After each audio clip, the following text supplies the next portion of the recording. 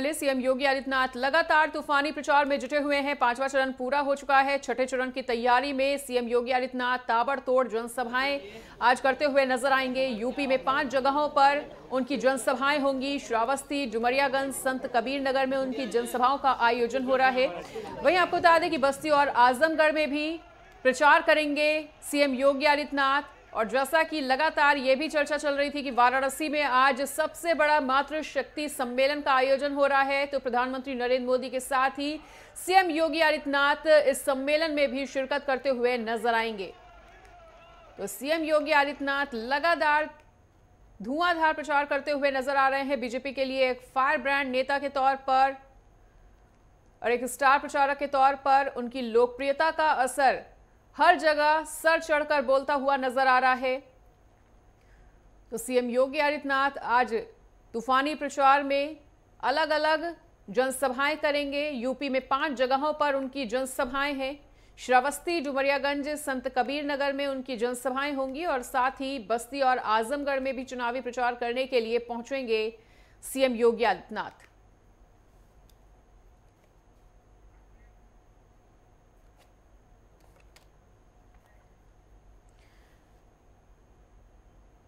तो सीएम योगी आदित्यनाथ के दौरे से जुड़ा हुआ ये अपडेट हम आपके साथ साझा कर रहे हैं।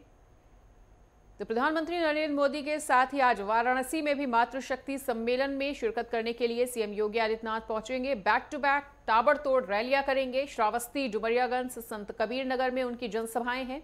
बस्ती और आजमगढ़ में भी गरजते हुए नजर आएंगे। अगर आजमगढ़ सीट की बात कर ली जाए तो कहीं ना कहीं सपा का गढ़ मानी जाती है ये सीट। अब इस अभेद किले को भेदने के लिए बीजेपी के तमाम जो नेता हैं वो आजमगढ़ को फतेह करने के लिए एड़ी चोटी का जोर लगाते हुए नजर आए। और देखना वाकई में दिलचस्प होगा कि इस सीट को फतेह करने के लिए बीजेपी किस तरह से आगे रणनीति तैयार करती है।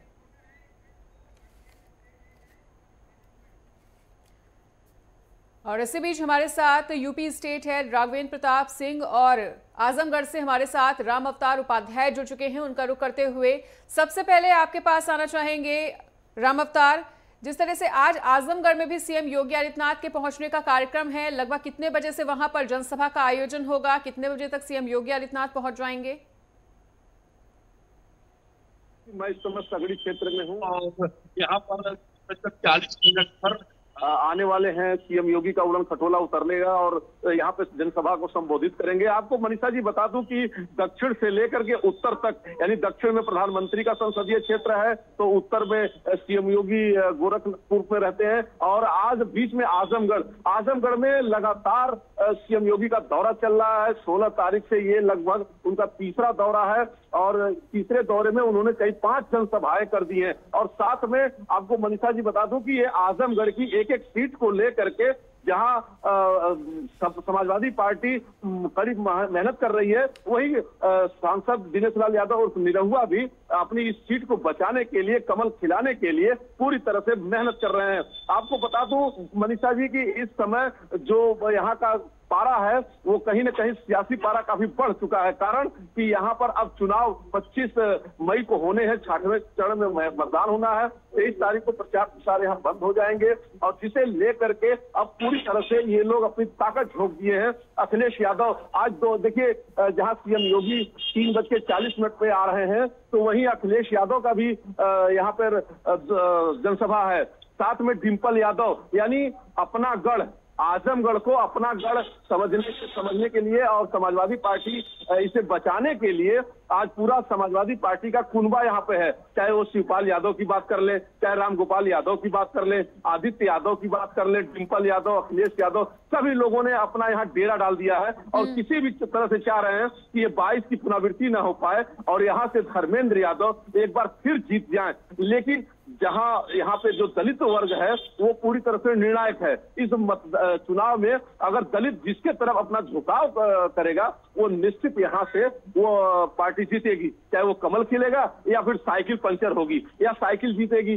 जहां दलित का वोट पड़ेगा वही समझ लीजिए कि उसकी जीत होगी। आपको मनीषा जी ये बता दें कि सीएम योगी ने पूरी तरह से आजमगढ़ को फतह करने के लिए उन्होंने अपनी प्रतिष्ठा लगा दी है, लगातार तूफानी दौरे भी कर रहे हैं और साथ में जनसभाएं करके सरकार की जन कल्याणकारी योजनाओं को लेकर के तरह तरह की वो कह रहे हैं कि आपको किसी भी प्रकार की कोई परेशानियां नहीं होंगी, साथ में अपराध मुक्त प्रदेश भी बनेगा। आजमगढ़ यही आजमगढ़ था जो एक समय अपराध के नाम से जाना जाता था कि यहाँ पे अपराध का ग्राफ काफी बढ़ा हुआ है, लेकिन आज सीएम योगी जब से 2017 से सरकार में आए हैं तब से कहीं न कहीं आजमगढ़ में तेजी से अपराध का ग्राफ गिरा है। यह कहना जरा भी गलत नहीं होगा मनीषा जी कि अब आजमगढ़ में अपराध लगभग खत्म हो चुका है। जैसा कि सीएम योगी ने कह भी रहे हैं कि 4 जून के बाद से पूरा प्रदेश अपराध मुक्त होगा। जी मनीषा जी बिल्कुल। और एक बार फिर से राघवेंद्र आपके पास लौटते हुए, राघवेंद्र अगर आजमगढ़ सीट की बात की जाए तो हमेशा से ही सपा का गढ़ रहा है और इस सियासी गढ़ में साख की लड़ाई को आप किस तरह से देख रहे हैं? सपा और भाजपा के बीच में तो सीधी टक्कर देखने को मिल ही रही है, लेकिन बसपा की भूमिका को यहाँ पर किस तरह से समझा जाए? मनीषा, हम आजमगढ़ की बात करें तो रमाकांत यादव, उमाकांत यादव को हम निगलेक्ट नहीं कर सकते। कभी बहुजन समाजवादी पार्टी की शोभा बढ़ाते रहे तो कभी समाजवादी पार्टी की शोभा बढ़ाते रहे। इतना जरूर है कि मुस्लिम मतदाताओं की संख्या वहाँ ज़्यादा है, दलित वोटर ज़्यादा हैं, यादव वोटर ज़्यादा हैं और उसके अलावा एक महत्वपूर्ण नेता गुड्डू जमाली जो व्यवसाय की दुनिया से राजनीति में आए हैं, उनका एक खास वोट बैंक है। और गुड्डू जमाली जब पिछली बार समाजवादी पार्टी के साथ नहीं थे तो वहां पे समाजवादी पार्टी को हार का सामना करना पड़ा था और भारतीय जनता पार्टी के दिनेश लाल निरहुआ को विजय मिली थी। अब इस बार गुड्डू जमाली समाजवादी पार्टी के साथ हैं तो वोटों का समीकरण की अगर हम बात कर लें कि वोटों का समीकरण क्या है तो आजमगढ़ में वोटों का समीकरण इस समय समाजवादी पार्टी के साथ ज्यादा मजबूती से दिखाई दे रहा है, क्योंकि कांग्रेस का गठबंधन भी समाजवादी पार्टी से है, गुड्डू जमाली भी इस समय समाजवादी पार्टी के साथ हैं। लेकिन इतना जरूर है कि आजमगढ़ से जिस तरह से अपराधियों माफियाओं का सफाया किया गया, जिस तरह से एक भय मुक्त वातावरण देने का काम किया गया, गरीबों को योजनाएं जिस तरह से सरकार द्वारा पहुंचाई गई, उसका कितना लाभ ले पाती है भारतीय जनता पार्टी, ये देखना दिलचस्प होगा। क्योंकि अगर वोटों का ध्रुवीकरण नहीं होता है और जातियां टूटती हैं और लाभार्थियों का जो एक खास वोट बैंक है वो भारतीय जनता पार्टी के पक्ष में जाता है तो दिनेश लाल निरहुआ की राहें आसान होंगी, और नहीं तो दिनेश लाल निरहुआ की राहें इस बार उतनी आसान नहीं है जितना पिछली बार थी, क्योंकि वोटों का जो ग्राउंड पे जो वोटों का समीकरण है वो इस बार समाजवादी पार्टी के पाले में जाता हुआ दिखाई देता है। हालांकि सीएम योगी द्वारा आजमगढ़ को बार बार मथने का प्रयास इसलिए किया जा रहा है कि हम गरीबों की योजनाओं के लिए, महिला सुरक्षा को लेकर और अपराध को जिस तरह से समाप्त किए हैं, सड़कों का जाल जिस तरह से बिठाए हैं, जिस तरह से जिला अस्पताल दिए हैं, जिस तरह से एम्स का निर्माण किए हैं, इस आधार पे हम वो जनता के बीच में वोट मांगें और उस आधार पे वोट मिले तो हम विजय हों। देखना होगा, नतीजे 4 जून को पता चलेंगे। लेकिन आजमगढ़ की सीट को भी अमेठी रायबरेली की तरह ही समझिए, क्योंकि आजमगढ़ का भी वही सीन दिखाई दे रहा है वोटों के लिहाज से कि समाजवादी पार्टी के तरफ ज्यादा, मतलब इंडिया गठबंधन है उसके पक्ष में ज्यादा जाता हुआ दिखाई दे रहा है। जी मनीषा। ठीक है। राम अवतार उपाध्याय, जैसा कि अभी हमारे यूपी स्टेट हेड ने भी यही बताया कि यहाँ पर बीजेपी के लिए जो राह है वो इतनी ज्यादा आसान नहीं है, उस राह को आसान करने के लिए आज सीएम योगी आदित्यनाथ किस तरह के प्रयास करते हुए, जनता को किस तरह से साधते हुए नजर आने वाले हैं? आपको बता दूं कि ये सही बात है कि आजमगढ़ में समाजवादी पार्टी का काफी वर्चस्व रहा है, चूंकि मुलायम सिंह यादव, अखिलेश यादव यहाँ से चुनाव जीत चुके हैं और मुलायम सिंह का ये कहना भी था कि आजमगढ़ मेरी जहाँ दिल है तो मेरी धड़कन इटावा है। और साथ में आजमगढ़ में जब रमाकांत यादव यहाँ मुलायम सिंह के विपक्ष में खड़ा होकर चुनाव लड़े थे तो काफी मशक्कत भी करनी पड़ी थी, लेकिन फिर भी मुलायम सिंह यादव चूंकि चुनाव यहाँ जीत गए थे। बता दें आपको मनीषा जी कि ये आजमगढ़ जो है इस समय जो जातिगत अगर राजनीति से देखी जाए तब तो समाजवादी पार्टी लगभग जीत के मुहाने पर खड़ी है, कारण कि यहाँ पे दलित का वोट काफी है और मुस्लिमों का वोट है और यादव का वोट है। अगर तीनों वोट को मिला दिया जाए तो लगभग जो है समाजवादी पार्टी जीत सकती है। लेकिन अगर दलित वोट अगर मोदी की गारंटी का लेकर के दलित वोट अगर कहीं उनका मूड अगर बदल जाता है तो निश्चित इतनी आसान नहीं होगी धर्मेंद्र यादव को जीतने के लिए। और साथ में सीएम योगी ये चाह रहे हैं कि किसी भी तरह से आजमगढ़ में अगर कमल खिल जाएगा तो जो आजमगढ़ में अखिलेश यादव, अब समझ आप इसी से अंदाजा लगा सकती हैं मनीषा जी की पूरा परिवार आज आजमगढ़ में डेरा डाले हुए हैं, चाहे शिवपाल यादव हो और अखिलेश यादव की ये प्रतिष्ठा की सीट है। कारण कि अखिलेश यादव भी यहाँ 2019 में चुनाव जीत चुके हैं। आज निरहू भले ही फाइट कर रहे हैं एक एक वोट के लिए, धर्मेंद्र यादव और निरहू कड़ी पसीना बहा रहे हैं, कड़ी मेहनत कर रहे हैं, लेकिन अखिलेश यादव का हाल ये है कि अब समाजवादी पार्टी के धर्मेंद्र यादव भी एक एक घर जा रहे हैं। अगर इतिहास उठा करके देखा जाए 2022 के चुनाव से पहले तो यहाँ पर स्थिति ये थी कि समाजवादी पार्टी के चाहे अखिलेश यादव हो, चाहे मुलायम सिंह यादव जी हो, चाहे कोई भी समाजवादी पार्टी का कार्यकर्ता यहाँ अपनी नामांकन करा करके चला जाता था और कोई कभी भी इस तरह का जो इस बार 2024 में जो भ्रमण हो रहा है, जो वोट मांगे जा रहे हैं, 10 विधायक अपने अपने क्षेत्र में 24 घंटे मेहनत कर रहे हैं, लेकिन उसके बाद भी उन्हें एक एक वोट के लिए मेहनत करनी पड़ रही है। तो ये इसका एक ही कारण है कि 2019 में जब सांसद दिनेश लाल यादव निरहुआ यहाँ से 2019 में जब वो चुनाव हार गए थे, इसके बाद से लगातार यहाँ पर वो रह करके एक एक लोगों से मिल करके और उन्होंने भारतीय जनता पार्टी की नीतियों को बताया है।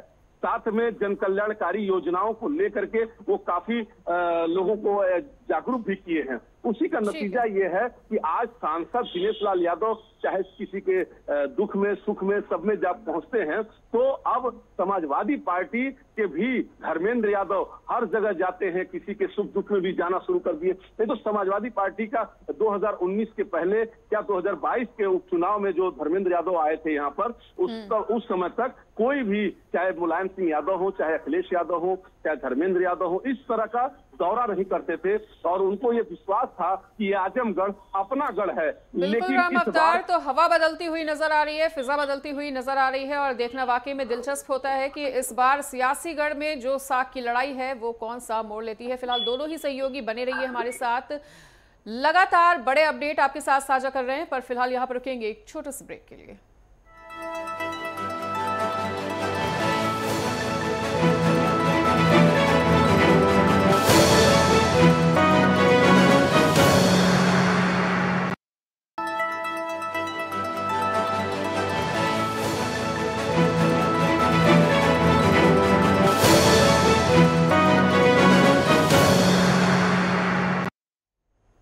तो ब्रेक के बाद स्वागत है और जैसा कि लगातार चर्चा चल रही है कि सीएम योगी आदित्यनाथ ताबड़तोड़ प्रचार करते हुए नजर आ रहे हैं और आज श्रावस्ती, डुमरियागंज, संत कबीर नगर में भी वो जनसभाएं करेंगे, बस्ती और आजमगढ़ में भी गरजते हुए नजर आएंगे।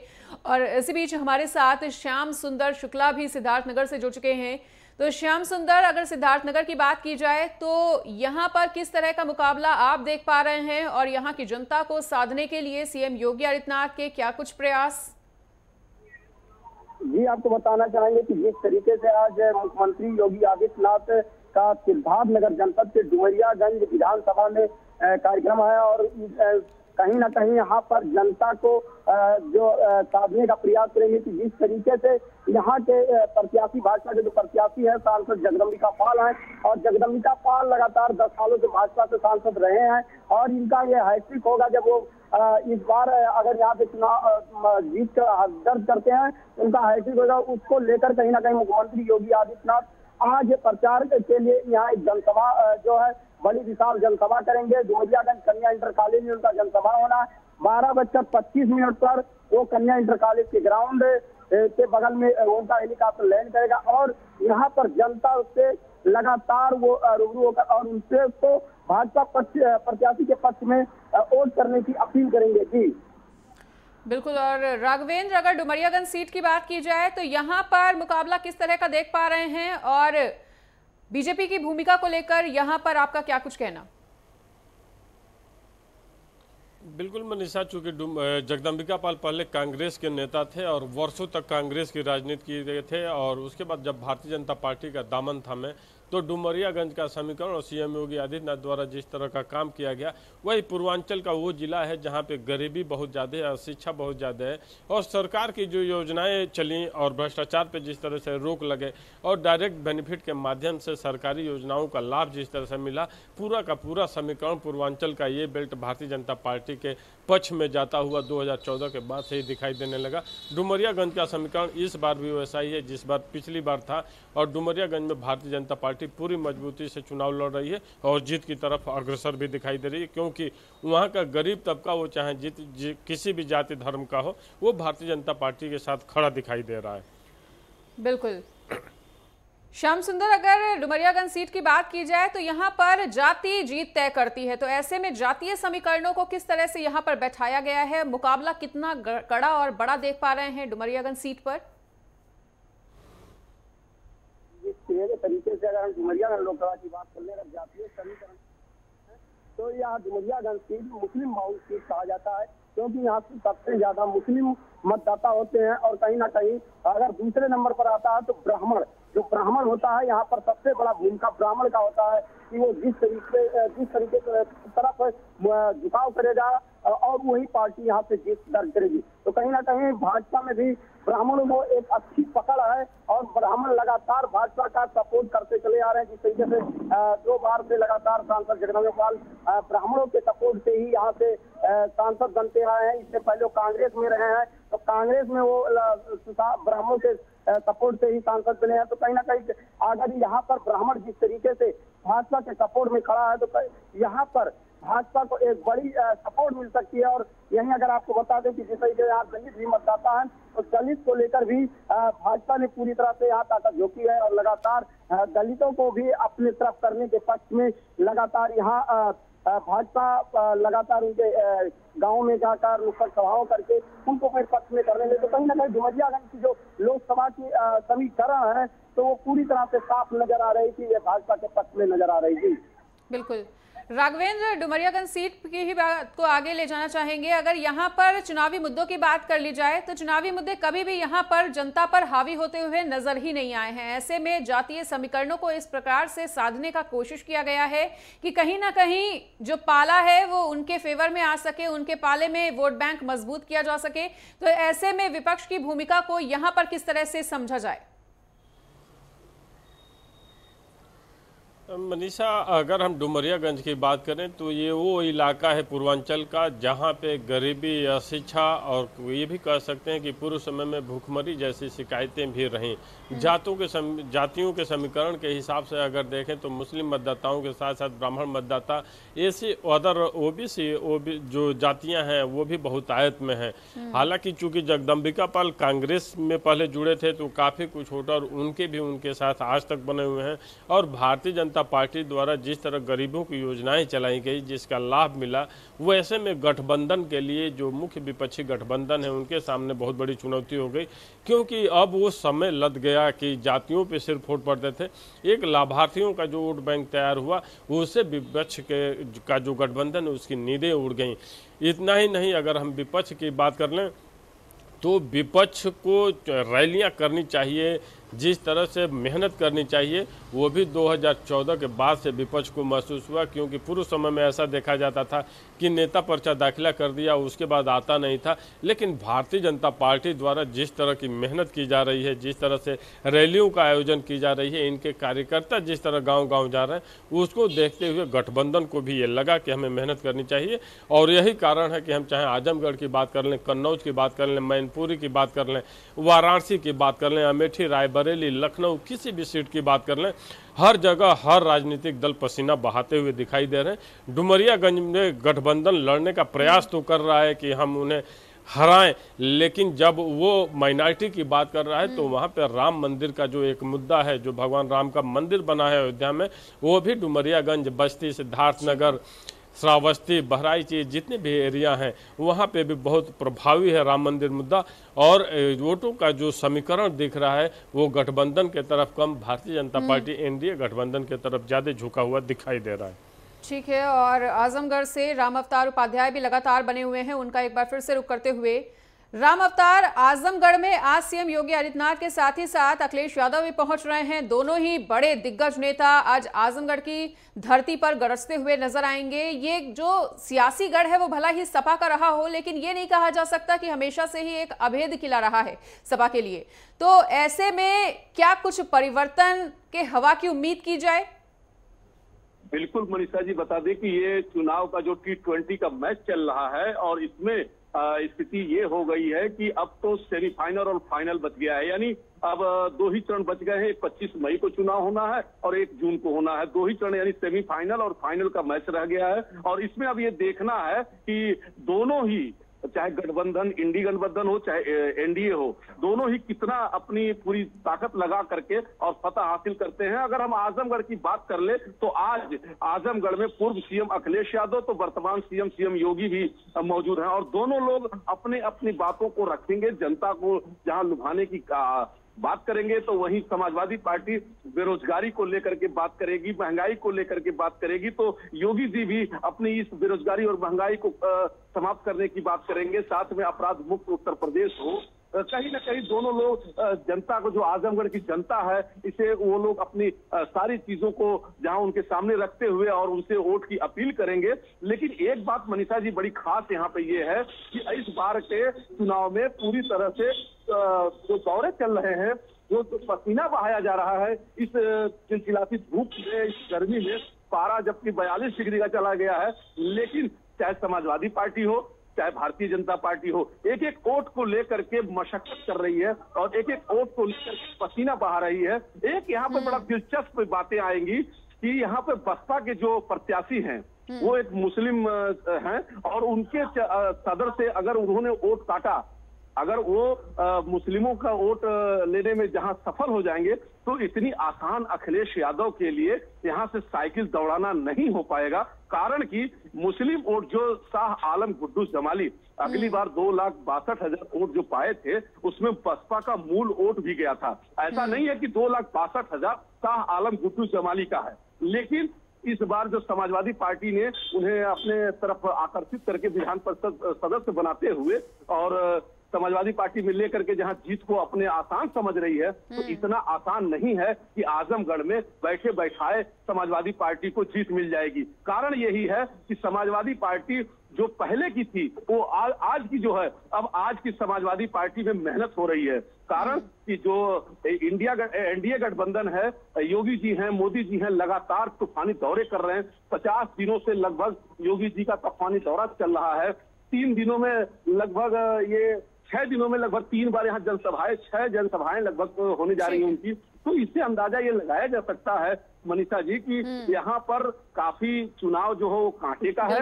और रही बात भूमिका, अगर बसपा ने अच्छे वोट अगर मुस्लिमों के और दलितों के, जो मायावती का वोट बैंक है, अगर उसे वो ले लेती है तो निश्चित समाजवादी पार्टी के लिए यहाँ आजमगढ़ जो वो अपना गढ़ समझती थी, उसके लिए कहीं न कहीं मुसीबत बन जाएगी और इतना बहुत ज्यादा अंतर नहीं रह सकता। रोकना चाहेंगे इधर, बिल्कुल राघवेंद्र आपके पास लौटते हुए, अगर बीजेपी की तुलना में सपा की तैयारियों की बात की जाए तो इस बार परिवारवाद का जो मुद्दा है वो काफी ज्यादा हावी रहा है और सपा के कार्यकर्ताओं में भी इस चीज को लेकर काफी ज्यादा नाराजगी भी देखने को मिली कि केवल अपने ही परिवारजनों के लिए सपा का सबसे ज्यादा इस बार फोकस नजर आया है। तो क्या इसका खामियाजा भी आगामी 2 चरणों में भुगतना पड़ सकता है सपा को?